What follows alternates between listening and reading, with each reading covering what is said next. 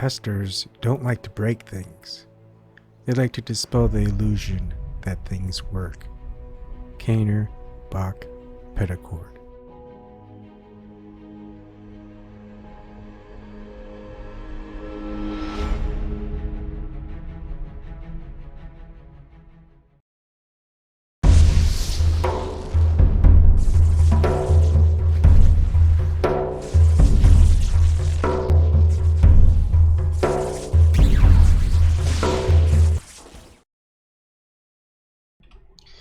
Good evening, everybody. Hi, Earth Eternal. Welcome. So tonight we're doing a little bit something different just because it's a busy month for me in November, especially for next 2 weeks. Or I'd say mostly for probably next 2 weeks, probably 3 weeks actually. Solo parenting. I got sick twice this month. I'm gonna be picking up my mom tomorrow. She'll be here for a couple of days, and I drop her off at the airport, come back and pick up my wife. She's gone. I'll be picking her up on a Wednesday, and just back and forth driving. Each way to Omaha is about an hour and a half. So it's terrible. So one of the things that I've pretty much, I don't know, recruited myself or provided services for, maybe that's just a better term for it, is working on Zoom Truth with David and Greg, and I'm still getting set up, and now I can actually spend some time on it while also doing a live stream. And now what I'm going to be doing today is going through a zoomtruth.com developer testing walkthrough and assessment. So what that means is I'm going to test the site. It's not going to be too much, but it's not going to be little at all. What I'm trying to find are vulnerabilities, security vulnerabilities, any bugs, things that I could enhance or Greg can enhance. Greg is the developer. Dave is founder. I think he's co-founder with his brother. We'll see when I log into the People's Finder. And, it's just how... build it out. Look, there is a lot to talk about, so let me get through the whole intro spiel like I usually do, and then we'll continue on. Okay, so let's see. Go here. Okay, you can always donate to me via cryptocurrency, via Bitcoin or Vertcoin. It's been over 17 months, $0 in via cryptocurrency donations. You can always check it on the blockchain, and I show it every time. 3 transactions. Those are from my old Patreon account, giving to Susie Dawson when she needed it, and Vertcoin, which of course there's no transactions with that address. Now you can always do it with Google Super Chat. Google, YouTube take a big chunk out of it. If not, you can always do a donation through PayPal, and I've only gotten 2 donations so far, 2 big donations from Miar in the Panhandle, Mia for short, and that's it. One for this month, one for last month? One for this month, one for the previous month. I only started the whole PayPal.me on September 22nd, 2019. So on the first video of the month, so October, the first video I do in October, I'm going to disclose all the donations I received during the previous month, which will be, December, not October. In December, first video that I do on December, I'm going to disclose how much donations I received in November through PayPal.me and on Google Super Chat, and also in its entirety of all the donations I've received, except for the ones, of course, that I've on Patreon. That's a long time ago. I don't think that data still exists, but just saying my thank yous and all that stuff. People always go, hey, why don't people just use their skills to help make the world better? Well, that's me. That's what I'm trying to do. I'm just providing my services for free, nothing in return. Donations are it. And well, now if that's what you say, why don't people use their skills to make the world better instead of making a lot of money? I could be making $150,000, $200,000 a year, still living in the big city and things like that, caring less what other people have problems with. But nope, I'm not doing that. So if you want to put your money where your mouth is, well, you can always show a little support. Now, if you don't have any money, you can always prove the globe Earth and get $15,000 from Zen Garcia and donate to me a 10% finder's fee. I mean, proving the globe Earth should be pretty easy, right? Because you've been provided hundreds, if not thousands or millions of proofs that the Earth is a globe. Well, go ahead and take Zen Garcia to court to get that $15,000. If he's not convinced, then there you go. Now we're going to... Now, all of my work is always public. It's always free. Sometimes you may not be able to see the full video on YouTube because I have to edit it, or I have to edit it and then upload it later because YouTube will block it or copyright strike or whatever, right? But I'm not going to have it. So I'm on Patreon or some other platform saying, hey, if you want to watch the whole thing or watch some exclusive content that you won't see on YouTube or anywhere else, you have to pay, like, say, a monthly fee or something like that. Yeah, you won't ever get that. So yeah, you can also always join me in talking about the subject at hand or any ideas with the Zoom meeting. Now, the Zoom meeting is just a teleconference application. Eventually, actually, zoomtruth.com will have video chat, so we may not even need Zoom anymore. We'll just use Zoom Truth, and that will provide the teleconferencing needs, and that will be free. That's kind of weird, huh? But I don't make decisions about that stuff. You know, it's gonna help build it. Now, that's that. Now we're going to the Flat Earth People Finder. Now, I'm just gonna log in real quick and just kind of explain a couple of things and all this stuff. Oh yeah. So one of the things I wanted to do, and I'm gonna note that it's just an enhancement, because I like to use the keyboard the entire time. So what I do is after I put in my registration or login credentials, I hit enter, and I expect for it to automatically log me in and all that stuff. So I'll put in login. So what I have, which you don't see, is just an Excel spreadsheet. Nothing fancy right now, but just something that I can just fix it up a little, and send it to Dave and Greg, which is Flathead Politics. Now I'm gonna zoom in a little bit here. So I've never met Brad Hicks. He's a co-founder. I'm pretty sure he's a relative of David Hicks. David, I call him Dave for short. I wonder if that's okay. I'll have to talk to David about that. Dave, see if he cares. So David Hicks is the founder. You can actually find him on Zoom Truth, the YouTube channel, and his idea to get this thing up and going, and he found one. And that was Greg, Flathead Politics. He also has a YouTube channel, and he's pretty much got the entire site up and running by himself, which is no simple feat. I probably couldn't have done it. And but after finding Dave's YouTube channel, watching some of his content, it's like, all right, this is something I could do. Let me help out. People don't know my history. It's my career history in the material world. I was in the U.S. Navy, got out, worked a couple odd jobs here and there. Worked at Microsoft, playtesting video games. Went on doing more testing. QA engineer was mostly my profession. Worked different corporations.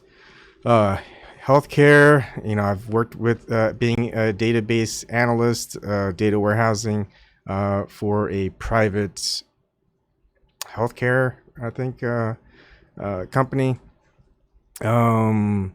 Worked at some big name companies, Singular Wireless, during my stint at Microsoft. Raytheon, BBN Technologies. I didn't know Raytheon bought them out when I looked for the job at BBN Technologies. AIG was my last big major thing. I've worked at Interval Data Systems, which has to do a lot more with commercial systems, buildings, and things like that. And I worked with Harvard at University. I worked at and with Harvard University while working with Interval Data Systems to get stuff working, because they needed a quality engineer like I do. Basically, my specialty is in kind of building an infrastructure for quality assurance. So companies that don't have any QA, well, I go ahead and pretty much build it out for them. Sometimes it's just me, a one-man operation. Sometimes I'm able to hire people and got their prototype. They were basically, great story about this is Interval Data Systems. They had a prototype going at Harvard University. It wasn't working out. Harvard University's project manager said, hey, you know what? You guys probably need a quality assurance engineer to help you guys out, fix all the bugs. That way we could accept this pilot of this prototype. And, if that goes well, then you guys got more funding, about $2 to $4 million to complete your flesh everything out, and we'll implement the system at Harvard University. So they hired me, and 2 months later, they got their funding from Harvard University, and that's history. So for me, I'm not really what you would call a software developer. I worked in quality assurance. I worked with a lot of database stuff. I designed reporting services. I did development in software. Most of my development in software is in, of course, building the infrastructure and automation scripting. And some of that automation scripting deals with a lot of code. So I'm building my own prototypes for automation suites for different corporations to make things run faster, more efficiently, and get things tested quicker, because sometimes it's just me doing all the work. I can't test things manually and on a schedule that it wouldn't, like 20 quality assurance testers wouldn't even be able to complete manually. So, you've got to find ways to test faster, test more efficiently, and all that jazz. You guys should know all that stuff. Anyways, so some of the things that I'll be doing is testing out security, because that's a major part. Just looking at enhancements, and some of these things, look, a lot of you guys aren't going to know how to do, and I'm going to probably do these tests behind the scenes, so you guys just won't know how to do it. But I'm just going to, sometimes what I'm going to do is I'm going to do my testing on a different browser. You won't be able to see it, but I'm just going to just voice things out, because I've already did a little preliminary testing of the site, and I found some pretty bad security flaws that, look, no one would know how to find these. 99% of the people out there would not know how to find these. So, but these are the things that are going to be known to Dave, are going to be known to Greg, and we all know how to fix it. So it's not going to be an issue. Now, one of the things that I do want to discuss with David eventually is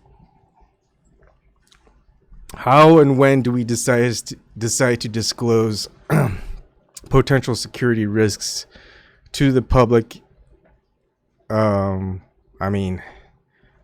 Is it when it's been exposed? Someone we realize someone has been looking at it and tampering with it, and then we let people know that it's happened, or what? But anyways, I did a teleconference with Dave and Greg earlier today, this afternoon, and because there's a big hubbub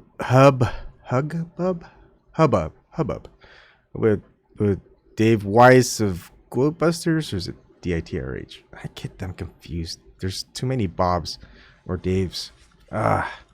Anyways, you can watch on Zoom Truth's latest live stream about that. I think it's within the first 45 minutes.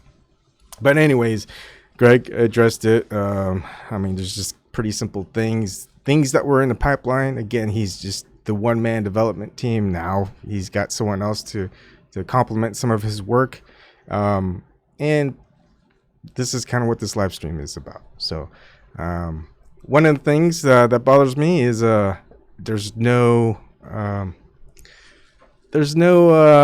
version system on the main page, which it would be nice, because like, look, I could say in version 2.0 we're gonna have this feature or this enhancement. Well, what was the previous build?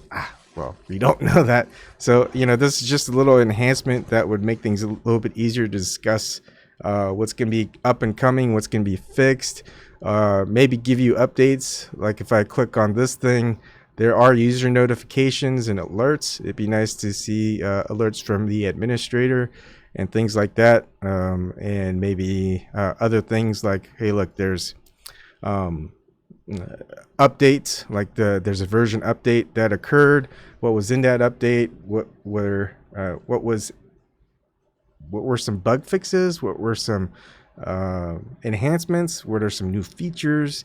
Things like that. And maybe I mean, there's a lot of things that want to be included in this site. So eventually, I think what might help people is, you know, how do you use this in some ways where, you know, rather than just logging in, just looking around and going, I don't know what to do now. But just probably go over like, what can you do on zoomtruth.com. Hi, Captain Will. Thanks. Hi, John C. Oddity.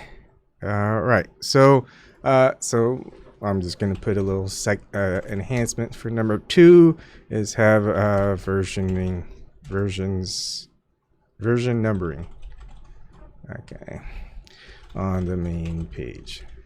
So if you want to, I mean, I know I did a just really simple video on software testing, on quality assurance testing before.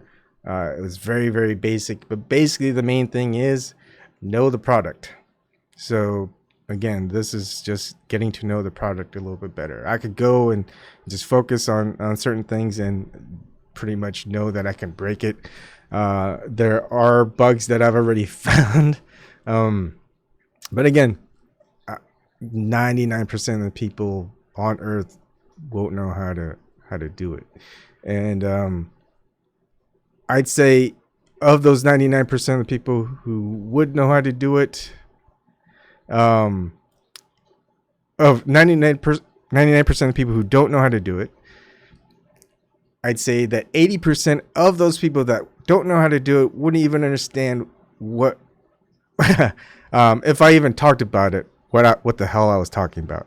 So a lot of this I don't really want to reveal, just using some discretion. But again, I think there needs to be some way of putting out certain disclosures of potential security risks, potential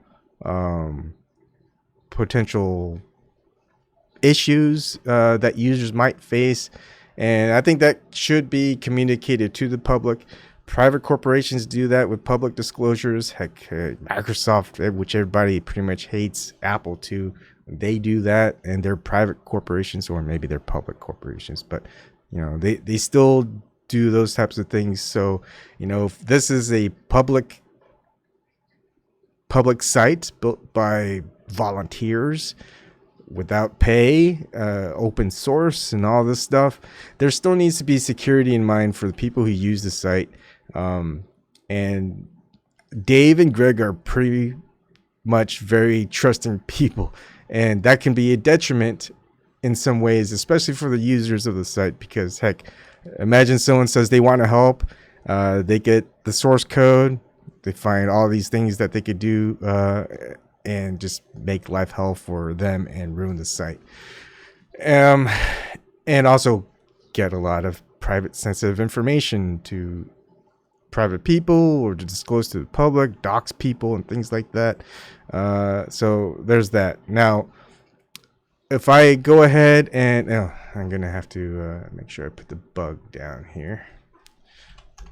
Just a couple bugs, so you may have to bear with me. All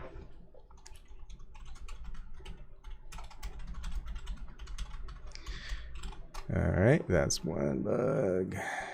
And people have a bad look on about bugs. It's like, oh look, Ebon found all these bugs with the system. It's like, that's a good thing. It's better for someone who's looking for bugs to find them, report them, fix them, than just leave them alone and say, hey, everything's nice and dandy. Don't look, don't touch the site. Just use it as it's supposed to be. Everything's honky-dory. You don't want that to happen. I mean, there's been tons of data breaches and stuff like that with mega corporations. And here's the thing. A lot of corporations, they get a lot of funding, millions of dollars of funding, just for certain simple websites like this. Okay. Sometimes they have anywhere from 3 to 10 developers, a team of QA, either 1 to 3 people, sometimes more. They have project managers. They have a product manager, of course.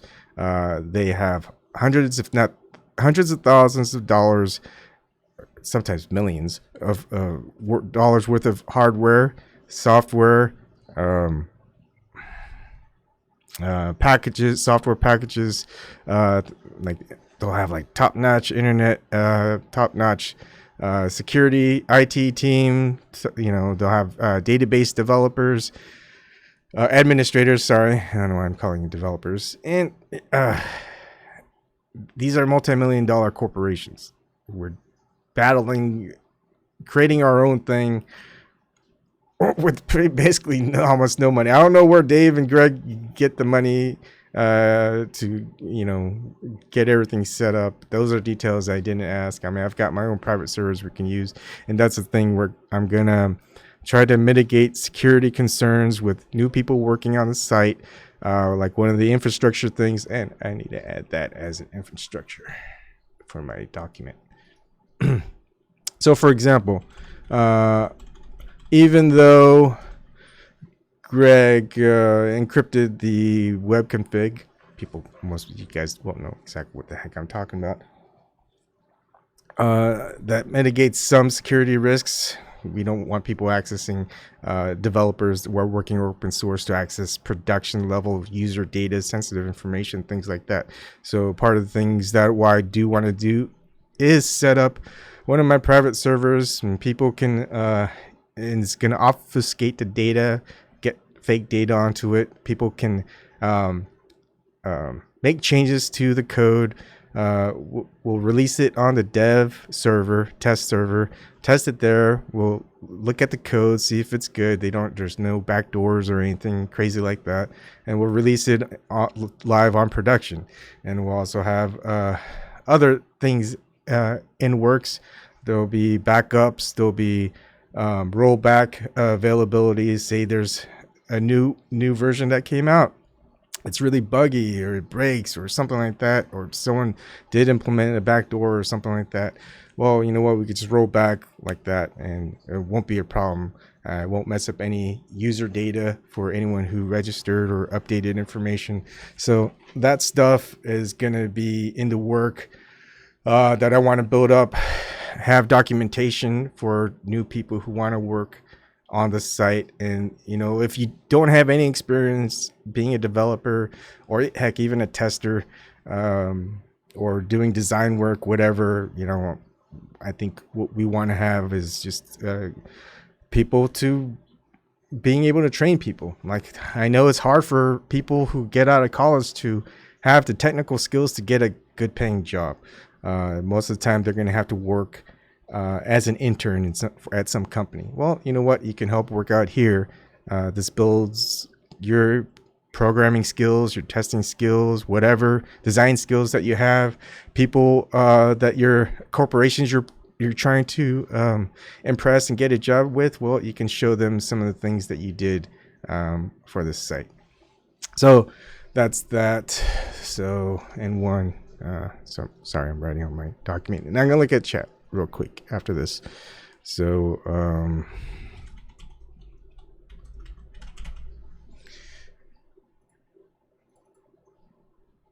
let's see. sorry, gotta look at the chat. So many, like, right now I'm only working on 2 screens. Usually when I work on stuff like this, I'll have 3, 4 screens. So I'm limited to 2 screens just because, you know, I didn't expect to do some things like this. So having 2 screens while I'm streaming and doing this stuff, and it can be a little bit overwhelming for me. And it probably isn't too exciting for anyone else. But again, it would be good if someone wants to come in, ask questions, just talk, you know, while I'm doing some of this stuff. Okay, let's see. I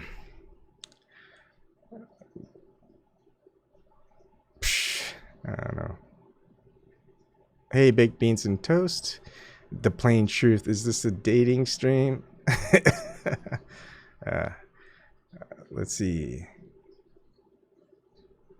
Yeah, you guys. All right, you guys are just having fun over there. All right, okay. What did I mention? What else did I mention? Let's go back to bugs.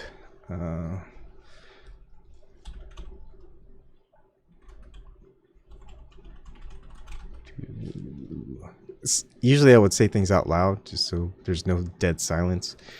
But some of these I don't really want you to know yet. I want to talk to Greg and David so they can know about it. We'll figure out a time frame to fix it, let it out, and then we'll just have a an enhancement. So version numbering, man, there's so much stuff. These enhancements and features that I want to do, infrastructure, I will point out. So there's the version numbering and what was updated in the latest build, and what we'll also include for an enhancement is administrator messages. What's funny is there are certain terms used in software, like there's a global page, right? But you know, for flat earth we called it a flatter page. Plain page, you know, it's always like global something, global ASPX, global whatever. So it's gonna be funny, and like if you're gonna send a message to everyone, all the users on the site, it's called a global message. So are we gonna come up with a new term for it? Are we gonna call it a planar message? Right, so those are some interesting things that we may tackle just because we're flat earthers, right? You know, that's just, I don't know. Let's see.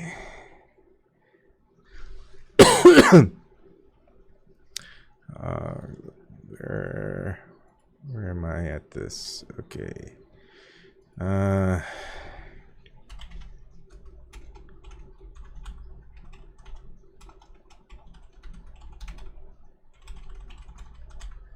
Now there's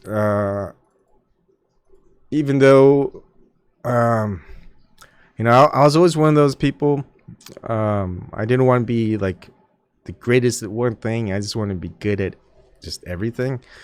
So as a software developer, I would say I'm not like a great software developer, but as someone who understands everything with software, hardware, IT related stuff, database stuff, testing, automation, so I can just kind of work wherever and just kind of learn it real quick, build it out, make it work, and then just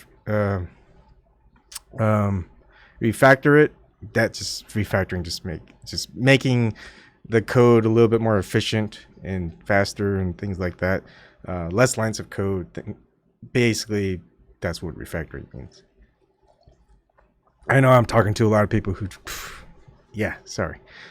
But anyways, I'm just trying to get you used to some of the tech jargon, because this might be something I might be doing on a regular basis, if not weekly, at least once a month, or maybe whenever a new build comes out that has a lot more new features and enhancements and pretty big fixes to certain bugs, and I think, you know, it's just kind of like a developer update. You know, you get these dev updates for video games and all this stuff. So do we want to handle it that way?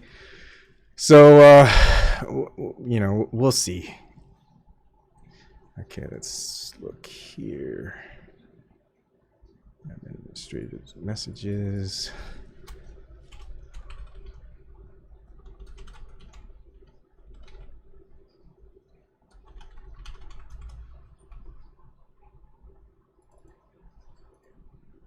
And I'm going too much here. All right, let's start. It's been what, 32 minutes, and we really haven't gone doing much testing yet, so I'm gonna sign out.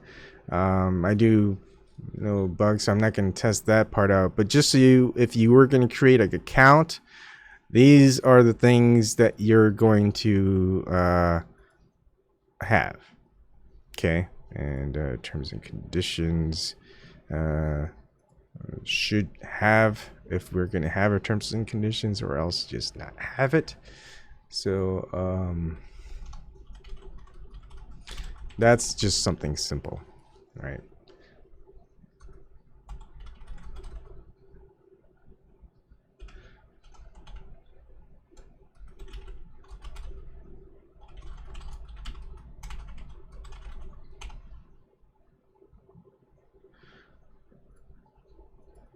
Okay.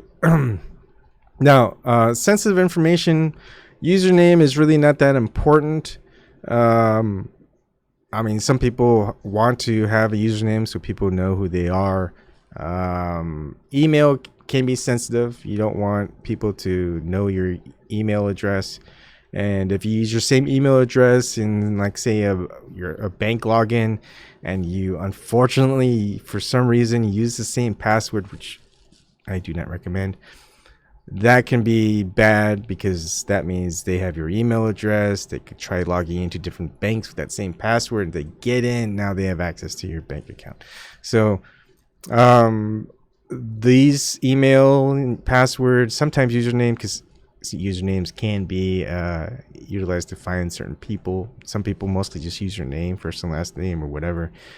Postal code and city and state, if not in the US, that's not too bad. I mean, that's the whole purpose of the finder of people finders, to find you, so that's important, but it's not necessarily something where people can manipulate your data to do things that aren't very cool, you know. So that's where the security is in. And just so you guys know, Greg added some hashes and encryption to that information in the database. I looked at the code. I think one of the things that we'll talk about is the encryption type and the encryption level. I did look at the code.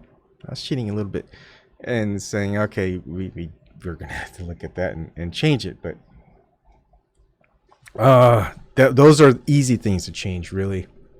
And so I'm just gonna put that down.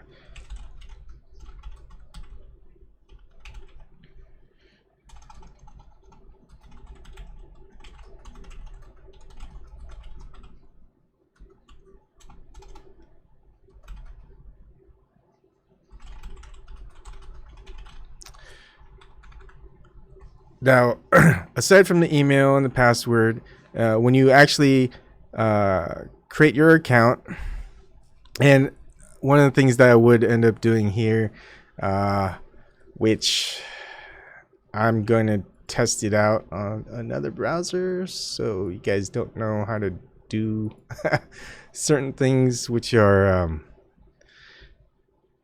might be illegal, actually. So I'm going to do something here, and hopefully I don't break anything. Okay, good. Let's see. Good, right? Errors. Good.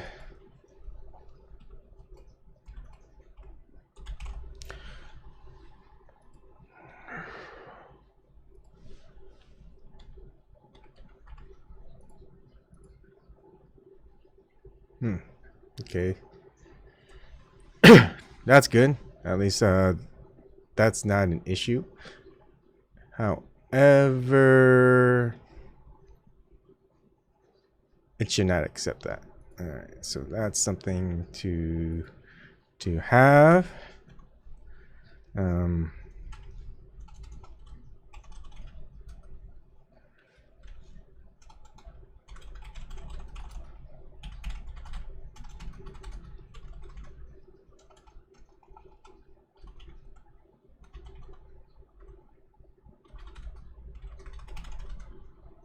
All right. Excuse me. I'm not fully healed from my sicknesses. So, what's interesting is certain times when I'm testing things, and here's another thing that's a big credit to Greg and Dave. Formal building of software, especially even websites, functional websites, they have a specification, things how they want it to look, how to act, basically criteria that's to be met and stuff like that. Well, none of that's there. It would be nice if it did, but that takes a lot of time, that takes a lot of effort, and coordination, and people who've been in that industry and done that, and neither here nor there, but still trying to bring a little bit of order to all this. And as a one-person team, now a two-person team, but it won't be a two-person team till probably like the end of next week, because I'm kind of busy. It's tough. So a lot of these would be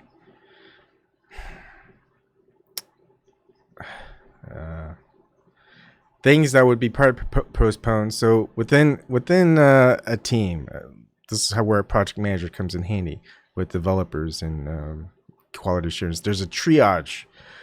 Basically, when you write up a bug, there's a formal procedure. It helps developers, it helps the project manager. Then they can sort the severity of that bug within the system, and they could also the priority of actually fixing that bug in the next build and in future builds, because they can't just fix everything and then just go with the next thing. They've got schedules that they have to keep up with. So we'll have to figure out what the major priorities are, and that still takes time. That takes coordination. It can be a pain in the ass, really. Let's see, but there are different ways. So there are different types of formal or informal software QA practices and things like that that we can implement. But right now, we won't know that till a little while later. So these aren't too bad. Things you may notice, but really, you have to go out of your way to try to break the system, and who's going to really want to do that except for people who aren't very nice, and it's not going to affect anything, so it's still secure. Let's see.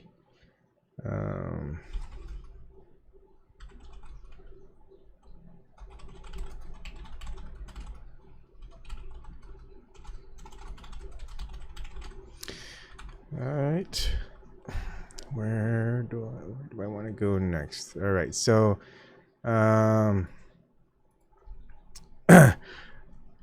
as far as sensitive information, again, I think I'll go ahead and talk about that once I log in.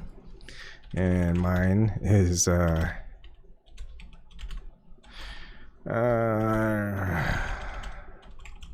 of a gun. All right, I already did that. Well, I could test the forget password, and that works. Good. And let's test that up. That's good. All right, not too bad. Let's not do the remember me. Logging in. Now, first thing that happens when you get in, the map is loading with all the people that are there. And it takes a while to load. I've already got plans to make that faster and better. I mean, really, it's nice to see a lot of things, but how is this useful? You know, basically what really matters is people who are close to me, where I can reach out and interact with most of the time and say, hey, let's try to schedule a meetup or activism in, say, Omaha, right? It's gonna be a certain mile radius, and I think what would be good to have included in this map is and this may not, it's not really a problem with the code. It's just something that we may have to look at bringing over from Google's API, is a distance bar. I mean, we could click on someone else and know the distance from where we live. Oops. All right. Well, it used to have it. What happened? Right. So what I want to do is for an enhancement. It may be a feature, is bring in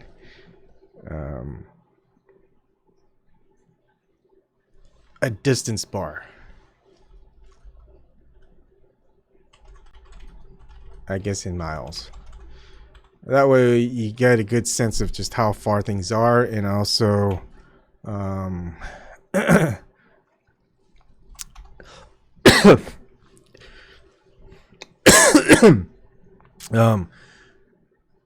have a default selection that you can have, because this can be your dashboard. What I want in the future, and that's going to be a feature, is to have a customizable dashboard for users.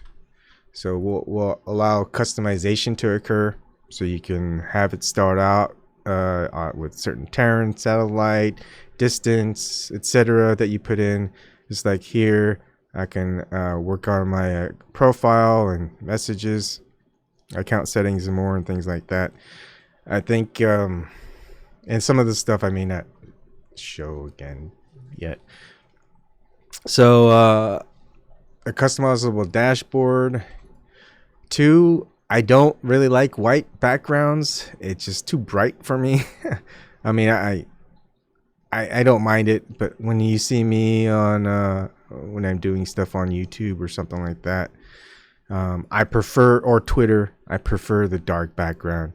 So just having themes that you can have, I think that would be nice, just because I would rather have a dark background than a very bright background. So customizable themes, or preset themes, I guess we could say that.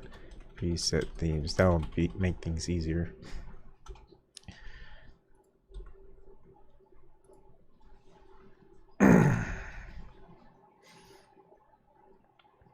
All right. And one of the features that I thought would be cool is and I saw it here before, but we would be able to see how far someone was. And I think that's no longer there. I think that's to cut the loading time, and that's why it's no longer there. Should that be a feature? Yeah, let's just bring that feature back. And the way to do that is to enhance the way things are loaded. So whenever I'm going into some tech jargon, so watch out. Basically, when a user logs in, all the metadata, basic metadata is just temporary data, is stored on the session itself. So that's why you get the longer loading times. There are different ways that we can make the loading times faster. Again, don't load all the tiles, just have it, that's pertinent to wherever you are in a certain area.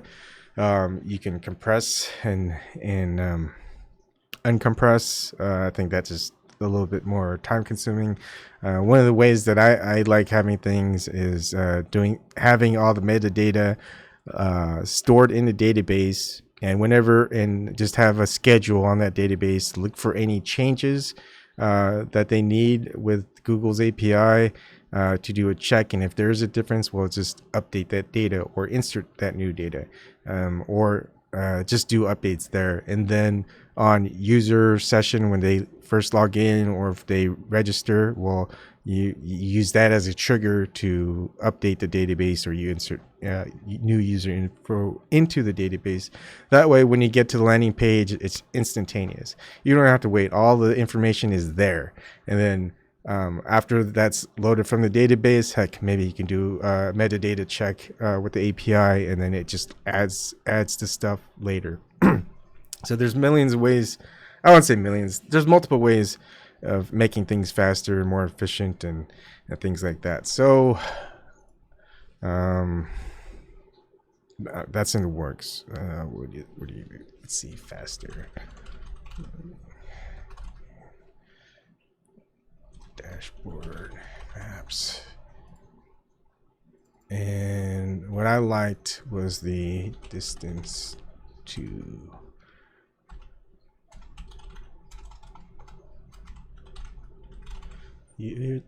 other users. And I think would be fun is to have this amount of supposed curvature. I mentioned that. That probably won't be for a long time. Hold on, I need to cough.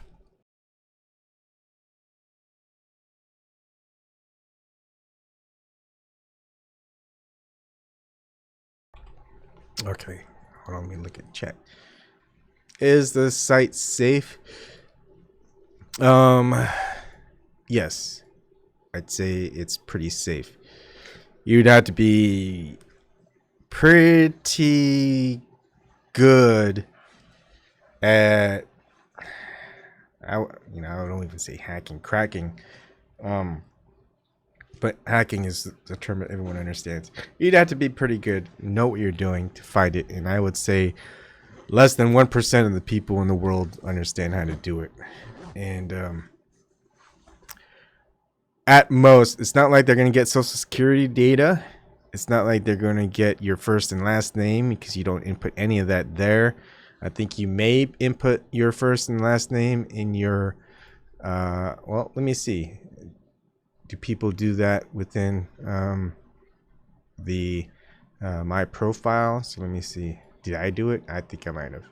Yes, I put my first and last name. You can put your phone number. That could be a risk. Just the type of sensitive information that people can get, like your contact number, your phone number, if you have your contact number.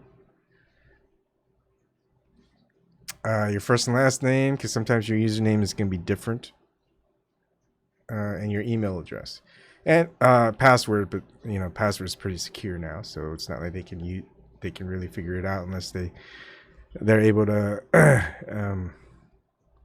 decrypt the encryption or something like that. Figure that out. So I mean, 4 things that they'll get from you that's pretty bad is. But it's not too bad. Is like your first name, last name, email address, and phone number, and you have to input 3 of those 4 things in your own my profile. So most people don't fill out that whole thing. Let's see. What else? Yeah, that's pretty much it. Now there is a thing on messages. So if you go to messages. You can send direct message to other people. This is the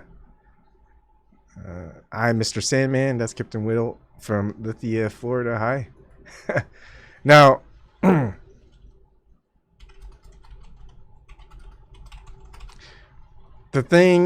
other thing that could have potential sensitive information is I think these messages for each individual are supposed to be private. But if someone wants to find a way, if they get your personal information, basically what really matters is the username and the user ID that's stored, and then if they have access to that and figure out the other tables in the database and the columns, they can maybe find all the messages that you've sent and received. So if you sent private information in these private messages for some reason, and someone is able to get your private information by cracking the site and the security, then they might be able to view your messages. They might even be able to change your messages, because all of that would be stored in the database itself.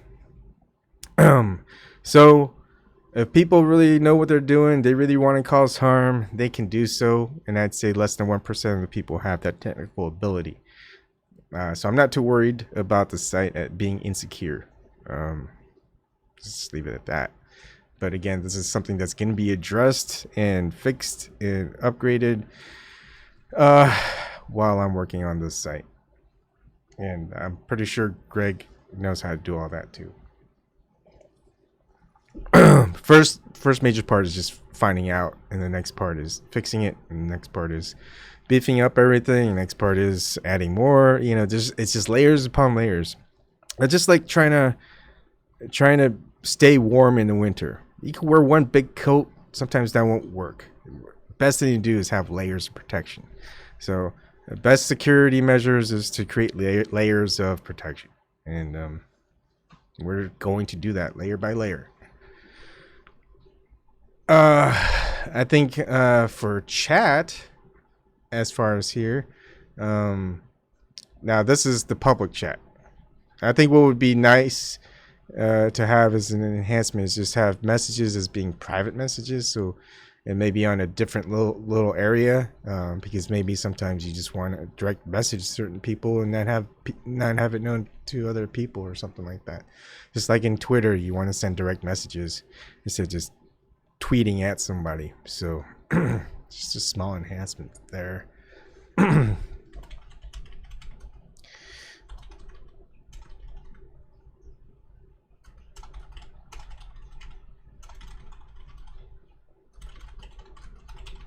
And because give me a second here. You guys don't want to hear.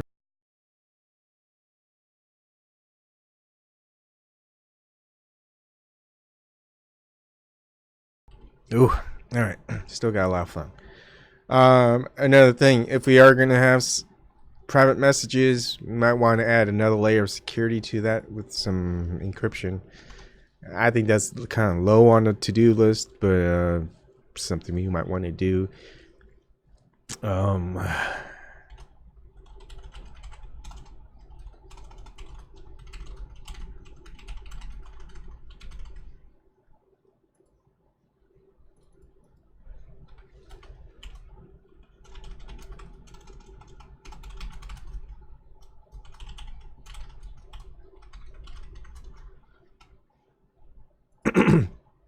And another feature maybe down the road is to be able to download messages.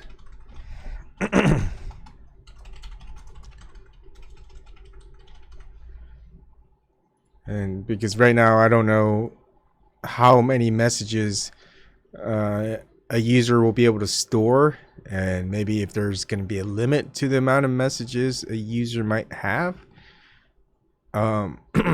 because if someone wanted to spam message after message after message, be able to include good thing you're not really able to include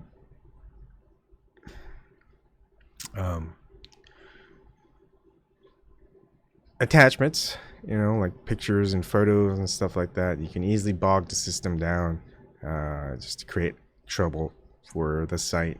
So good thing that's not there, but still text usually doesn't take up too much space. So excuse me.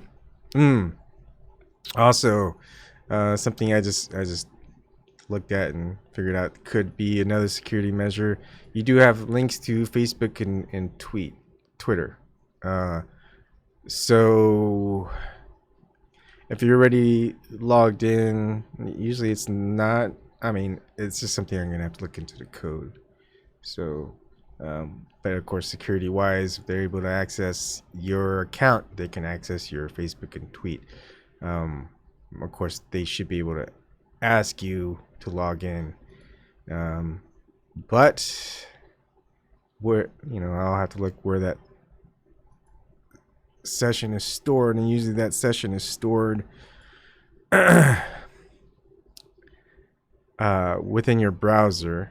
So I'll have to look at the code there. So maybe I'll just do a new sheet in the Excel document.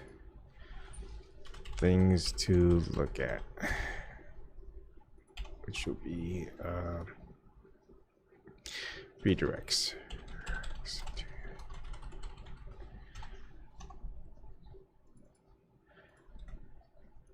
Okay. Let's see. So there's people send messages. I could do a lot of bad things here.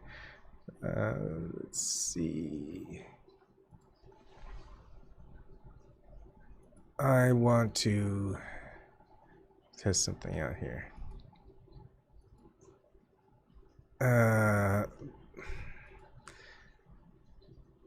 I'll wait. I don't want to break something right now.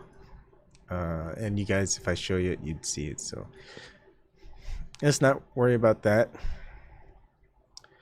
Let's look at the. Did it time out? I think it timed out. Or did it? No, I just pressed cancel. That's what it was. What is that?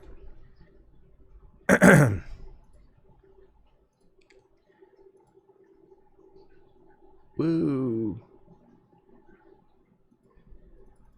Okay. I think we don't want that. Hold on.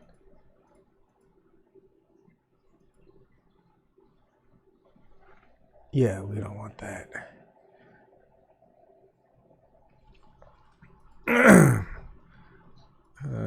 Let's see, 7.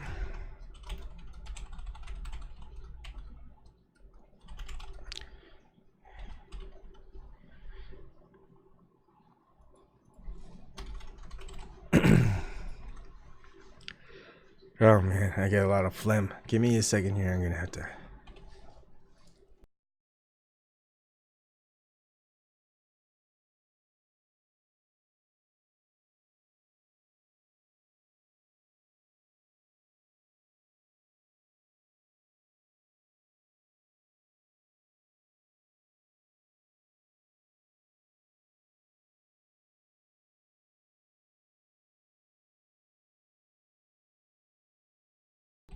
Whew.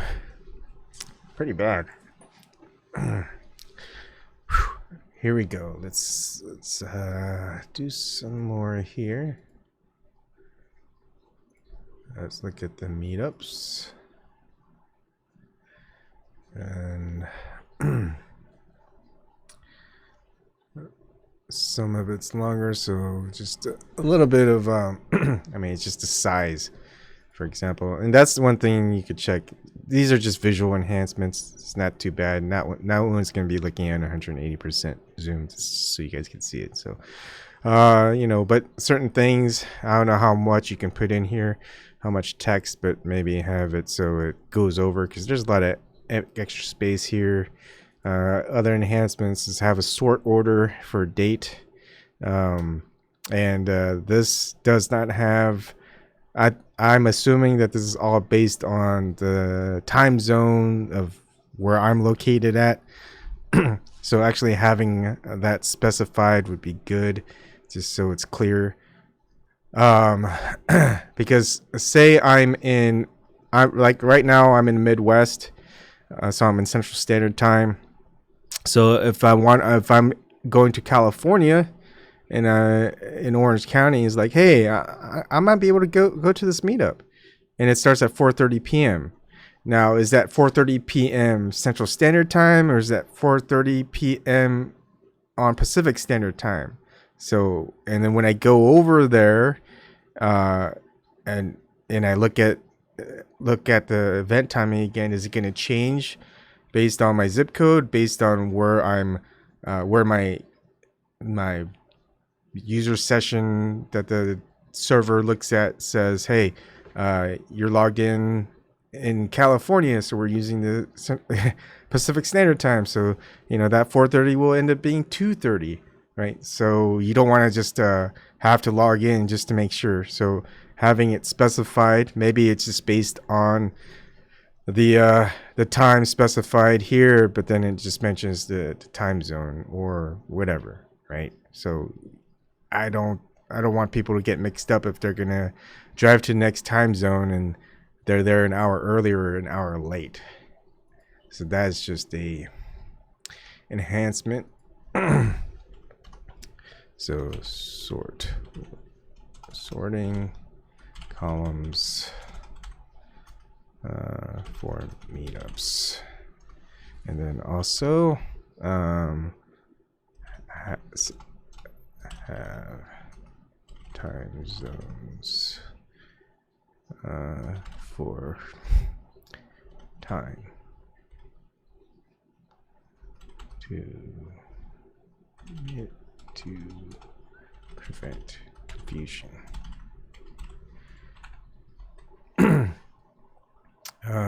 Good, you can go there. Maybe if I click on that, nothing happens. Sometimes you also have to test on different browsers. So what I'm doing is I'm testing on Chrome, and I am also testing on Firefox. Screw IE for now. So let's see if I click on that. Nothing happens on any of these, even though you can mouse over them. And we can view. If we view, we can get details. And what does that mean? Okay, we have the same thing here. You can do certain things. What would be interesting also, you can have it in refresh, or someone edits the event description. I think may have to flesh out this, but this is more of something maybe like users might be able to have. For example, say someone has an event description, but then they change the event subscription, or they change the date of their function. And having a notification of a change and what changed would be good. And I'm using the back button, so this is just what usually happens. So that would be something I need to test out. Let's view this 4:30 p.m. And yeah, I'm still confused. Is it 4:30 p.m. at Pacific Standard Time or 4:30 p.m. my time? So if I go to California, it's supposed to be at 2:30. All right. In this, I don't know what that is. Does that need to be there? Don't know what that is. So meetups.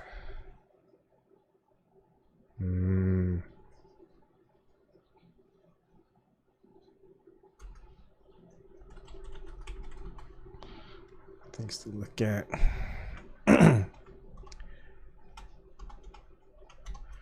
Notification of changes to meetups. So that will just need a little bit more coordinated testing there. It's not hard to test. I just have to use a second account and do all that stuff. Activism, pretty much the same thing. So all of those three things are pretty much the same idea. So I'll just have to add all those enhancements and features.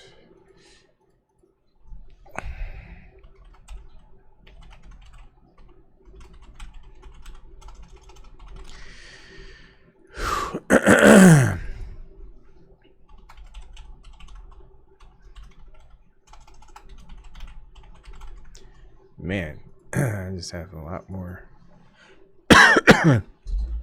issues.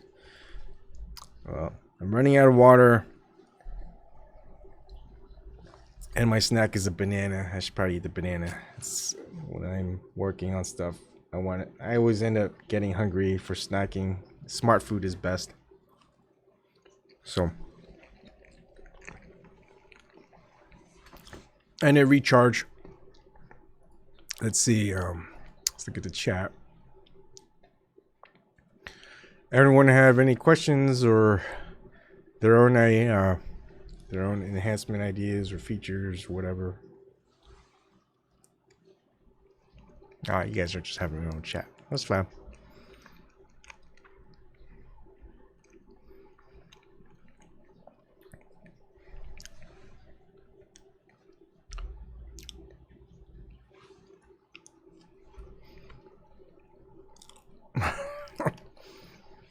Yeah, my kids do not like ripe do not like ripe bananas. But because they get too sweet. Slightly green, not that bad.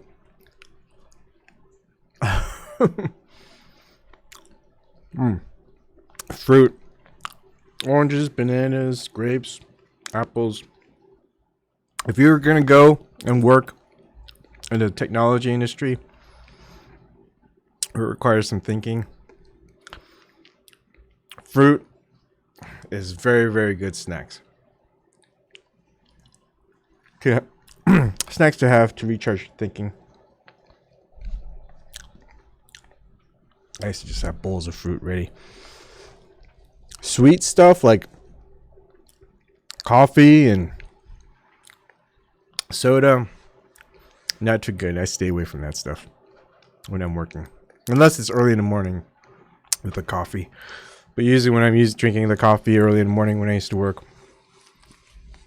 it would just be reading emails and planning out stuff and not necessarily working on what I'm working on. All right.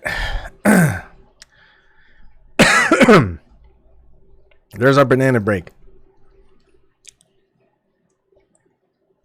It's an hour and 10 minutes. Let's look at the calendar. Meetup conference. It's a lot of clicking on everything, really. List week. List day.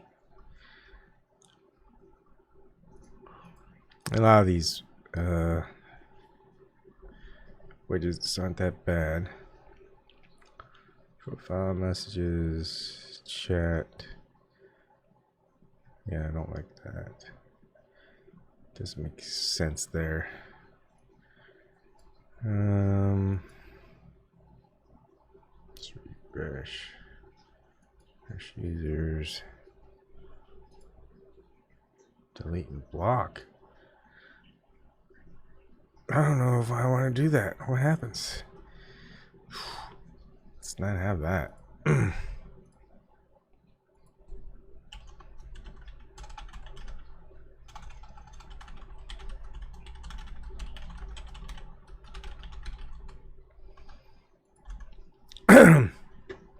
Interesting. And I tapped absolutely nothing. Oh. Not authorized. Yeah, it's, those are just little issues. I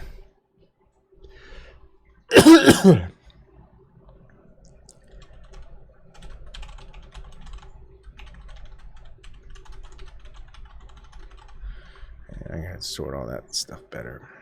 That's fine. It's just things I want to look at.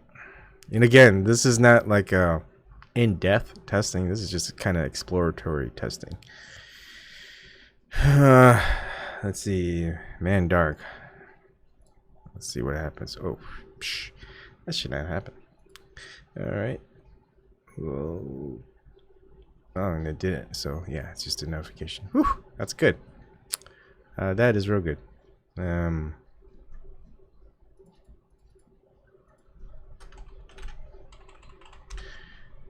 Alright. That just probably has to do with if you're going to be like a admin or a moderator, I'm sure.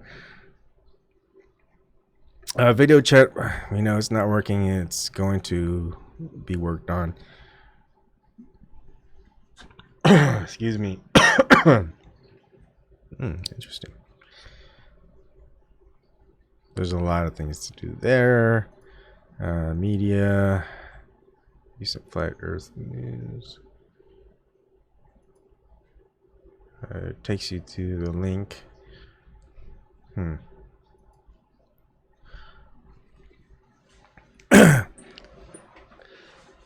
me a second here.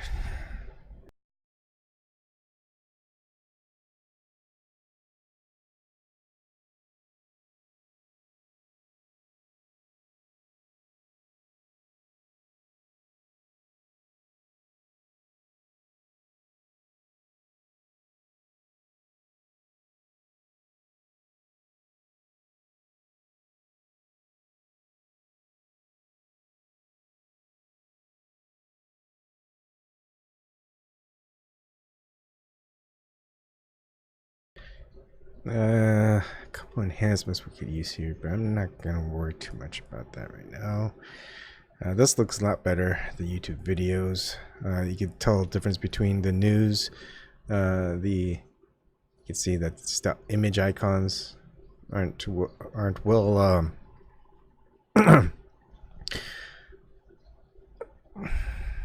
resized. Videos much better. I like this.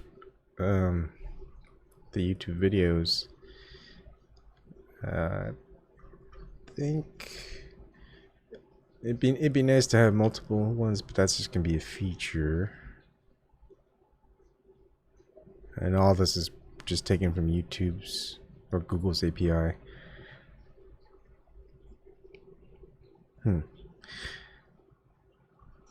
Is that also loaded in? So let's see. Let's choose something small.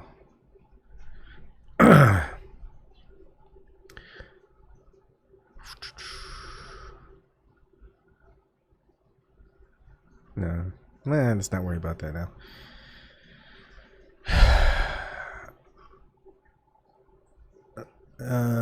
Enhancements again. I think just on YouTube videos, just because there's just more out there. Let's just add it as a feature, and in future just have sortable columns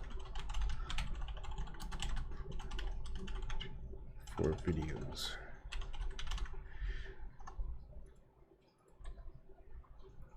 I don't know how this is all sorted. I think I have no idea how this is sorted. It doesn't look like it's based off of date. Anyways, it's just a shuffle reload. I think what would be good to is also have maybe another feature I was thinking about is if you could find other people through like the members, and have a, like, we can message people, right? But I think what would be nice to have is like a kind of a follow or subscribe, I guess. That way you can have updates to what a person you are subscribed or following or have done or doing. They're planning on going to a meetup, or if they created a meetup, if they're doing activism experiments, if they've uploaded videos or doing live streams, stuff like that. And I think that's a important feature to have. Subscribe, follow, get notifications.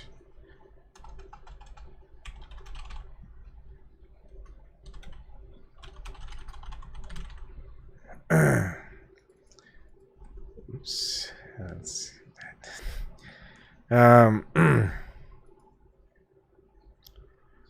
Oh, that was weird.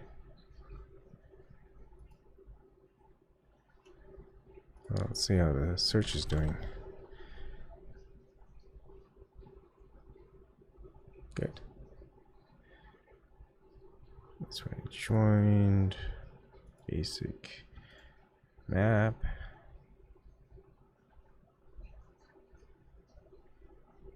Yeah.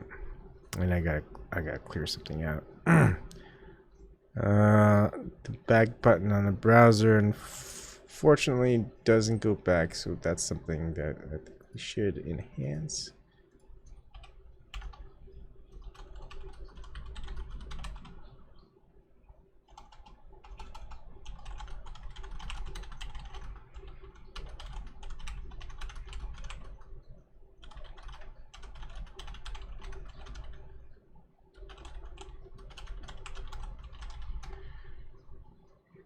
These are just a couple of simple things.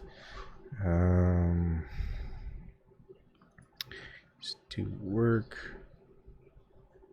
That could be fleshed out a little bit better.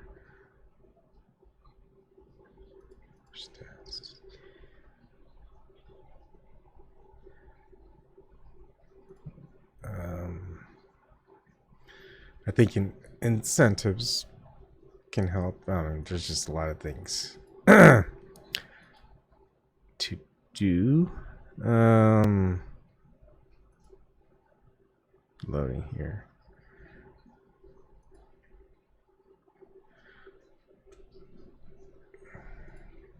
Enhancements.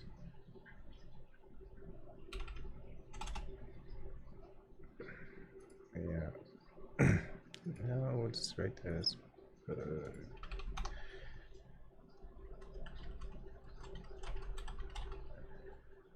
no, wait.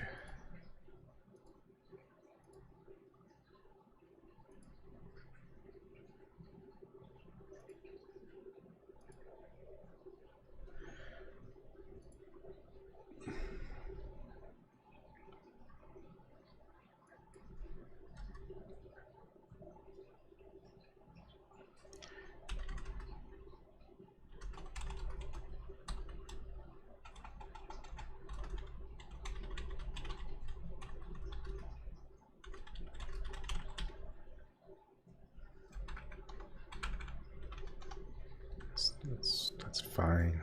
It's little issues. That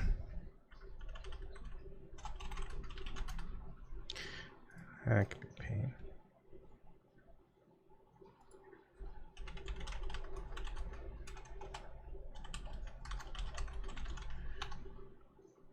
They're probably tied up the same way. Oh, now that's gone, so that'll be fine. Yeah, that's what it was.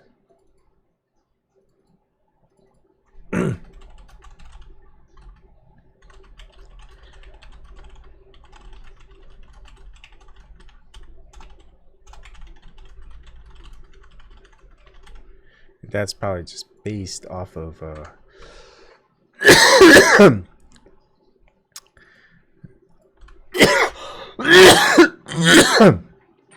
sorry, I should have muted. It's probably based off the user metadata user session. You could fix that. And that only happens if I go to suggestions. Nope. If I go to stats, yeah, and that's for every time you click there. So I'll load. It's reloading the entire metadata. So yeah, that's something to look at. And it's gonna be dragged back. Yeah.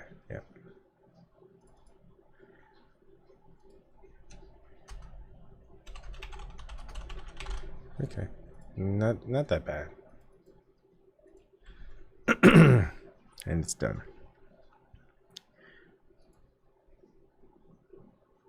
Okay, good. That's fine. And if you click on it, what is it? Does it have a drill in? Is there more details? No.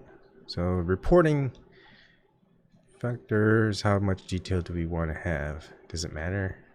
Is this just something for the admin? Stats? I'll probably talk with David on that.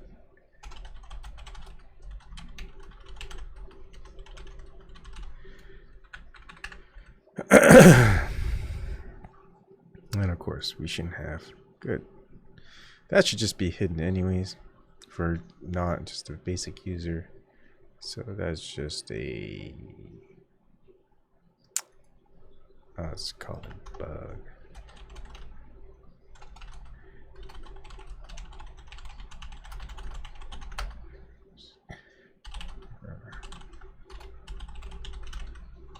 But there's probably different user types, so they'll have access and stuff for different things. Alerts.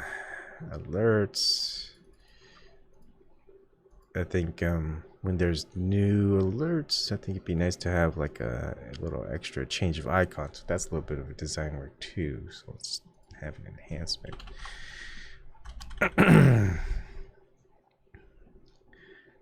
And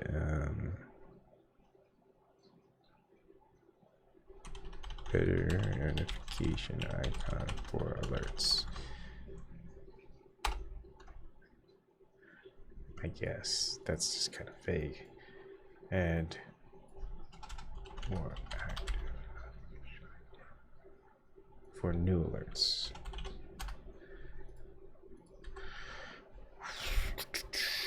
Look, this is all, I know some people see issues with bugs, enhancements, and features and all the stuff I'm noting at as problems. I look at it as things that will make the site better.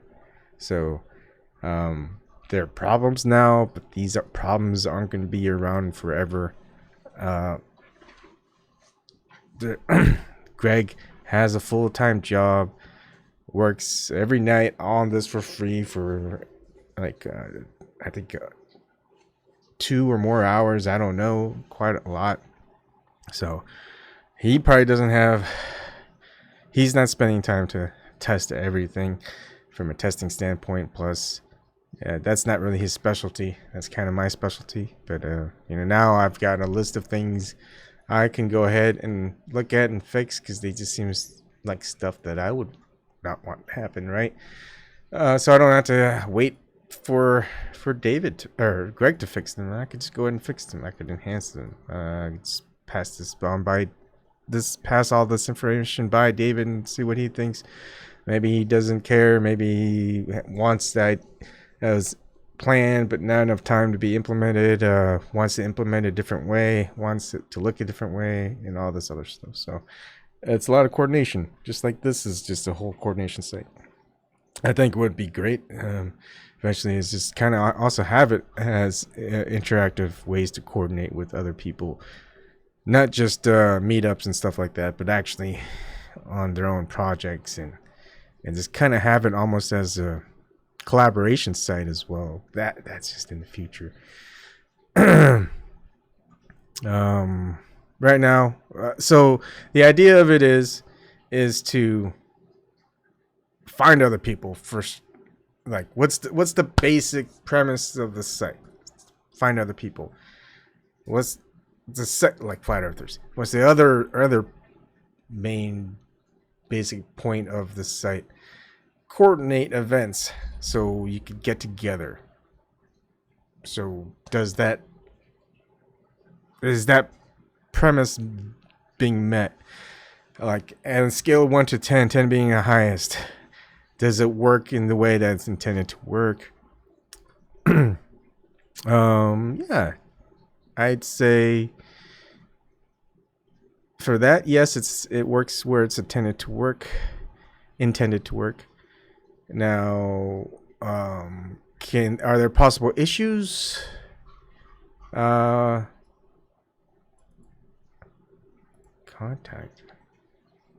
Okay, yeah, visible to David and Greg only, except it's not, so they can just.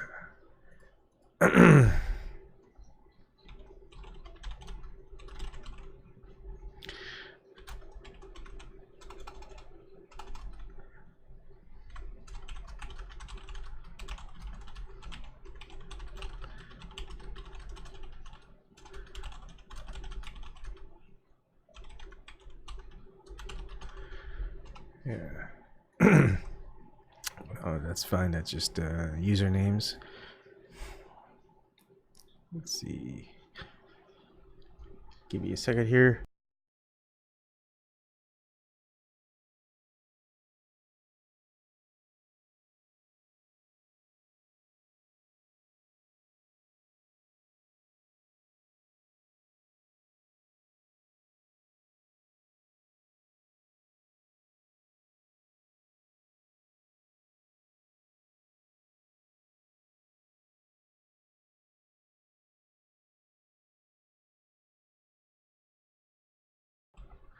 All right. I might have to call it a session, just because for some reason my phlegm is acting up. But yeah, its intended functionality 10. Potential issues when things change 8. Because I don't know yet. I have to look at it a little bit more. Security level. Is it going to obtain sensitive information that could be detrimental to your personal security? Say there's not like the amount of sensitive information that it's mandatory to enter. It's just your username and email address. So just having a username and email address, it's not going to affect anything unless you use that same user and email address on your bank accounts or Facebook or whatever. So you shouldn't use that same password anyways, and username. But people do that. So I'd say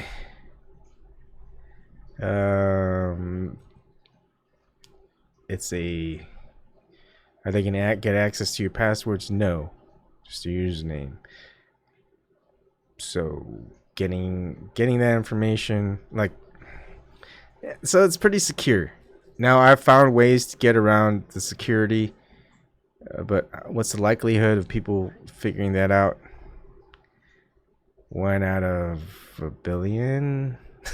1 out of 100 million.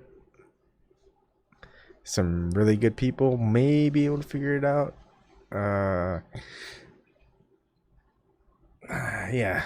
So I'd say so far it's better. It can get much better, but still. Yeah. So just more layers, security doesn't hurt. It always makes it better. I think there needs to be a little bit more. What do I need? What do I say? What do I put? Some tighter restrictions on certain things, and that's fine. I mean, a lot of these bugs that are there, nothing big. People probably just overlook them anyways. It's not bothersome. Enhancements, yeah, features. That's mostly things to look at. I mean, there's a few things to look at. Infrastructure buildup. As far as bug fixing, if these bugs get fixed, 99.9% of the people won't even notice. That's the interesting thing about this right now. I'm looking at it more of a technical, high, super quality standpoint, but for typical users, they won't notice. For power users and people who understand just kind of hacking, breaking, testing stuff out, very small percentage of the people will know how to do it. They won't get any information, sensitive information out of it. That's super sensitive. Like your medical history or your social security number or your date of birth, all that stuff. That's really actually important stuff. That the most important stuff that they may get is just username and password. Voluntary stuff that you enter, like your phone number, your first name and last name, and personal messages, private messages, they can get stuff out of that, but only if you put that down there. I haven't looked at the database yet to see if how many people actually have that information. So I don't think there's anything to worry about. And in, I'd say 2 weeks, none of that will be even a worry for me. So it's good. It's in good shape. Greg did a great job. It's only going to get better from here. David, good idea. Just build upon that good idea, and more people. When there's more functionality and just more things that people can do with this, once this becomes the main communication between people who want to do meetups and activism and experiments, then we know it's doing what it's intended. I don't really like this. I think also another thing is I clicked on the chat. It says there's 394, but since I clicked on it, it should revert back to 0. I think what would be good is to just based on the click is to just show updated information on these numbers. That's just something to discuss with David and Greg.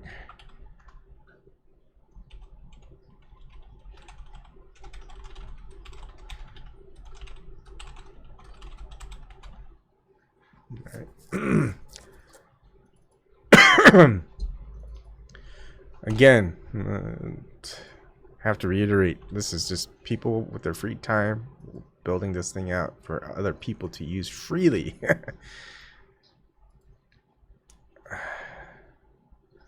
Well, Nathan Fowler, would you be watching the FEIC 2019? No, I really won't.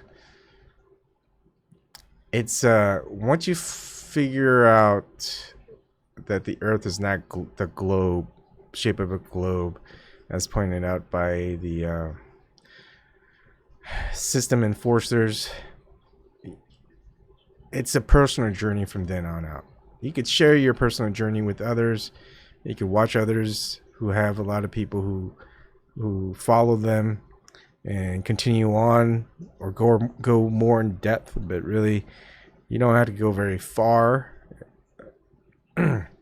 So what's the difference between like the FEIC 2019 with the 2018, 2017, 2016, 2015, 2014? Really, it isn't anything except just reiterations of the same things. It's a different year. Maybe some more new material that the system enforcers have in place and have touted out publicly.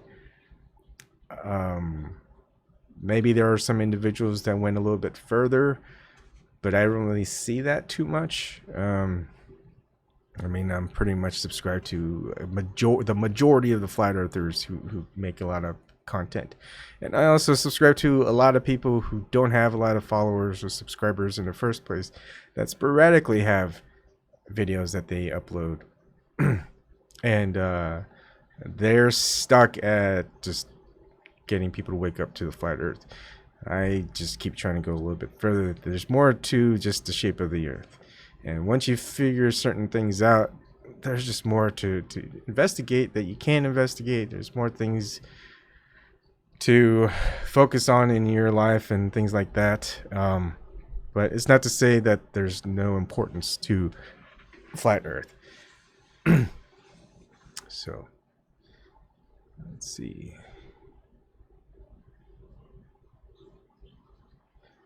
Earth Eternal. Why did you change your did you change your YouTube name too? Sounds familiar.